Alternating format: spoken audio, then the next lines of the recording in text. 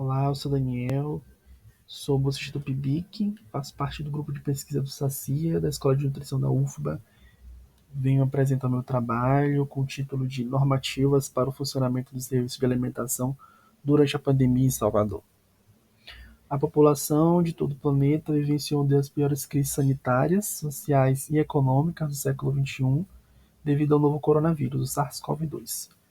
No Brasil, o Sistema Nacional de Vigilância Sanitária e a Anvisa implementaram medidas e protocolos para a segurança da população e o Ministério da Saúde recomendou medidas para extinguir a propagação da Covid-19, como evitar levar as mãos sobre os olhos, nariz e boca, higienização frequente das mãos com água e sabão e o distanciamento social. Nesse cenário, ocorreu a paralisação das atividades com fechamento de estabelecimentos comerciais, como os restaurantes self-service e à la carte, operando apenas o serviço de takeaway ou de delivery. Portanto, o objetivo é analisar as normativas sanitárias aplicáveis às orientações para o serviço de alimentação durante a pandemia da Covid no período de 2020 a 2022. E para alcançar esse objetivo, foi realizada buscas em sites oficiais, como a Anvisa, Ministério da Saúde a nível nacional e também nas esferas estaduais e municipais. E depois foi construída uma planilha, né, estruturando todos esses dados. Para a coleta, foi considerado o período de 2020 a 2022.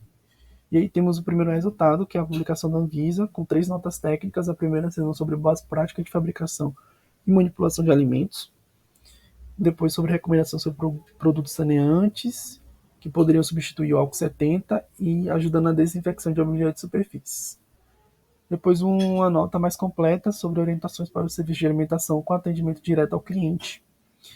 E essas notas elas inspiraram a criação de decretos estaduais e municipais. E o que é que continha nessas notas, né?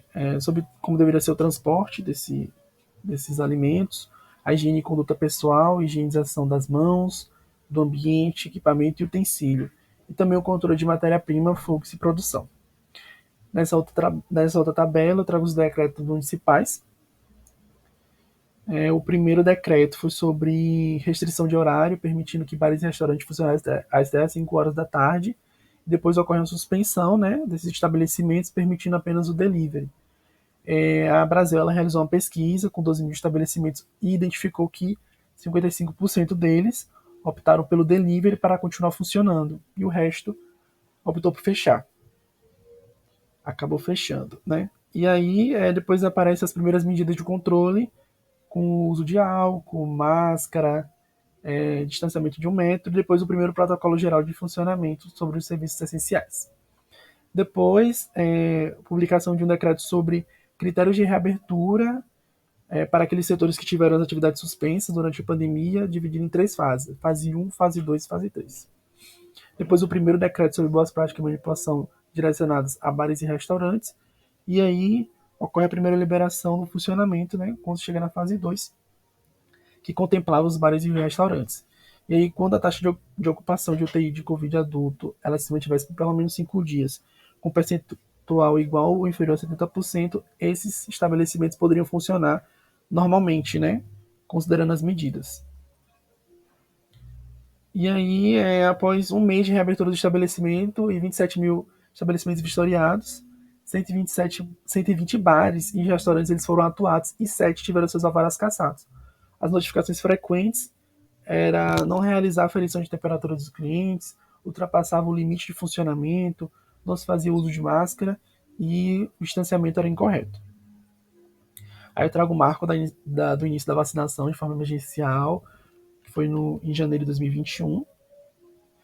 Aí essa planilha também ela traz alguns decretos municipais e estaduais e como eles se correlacionam, né?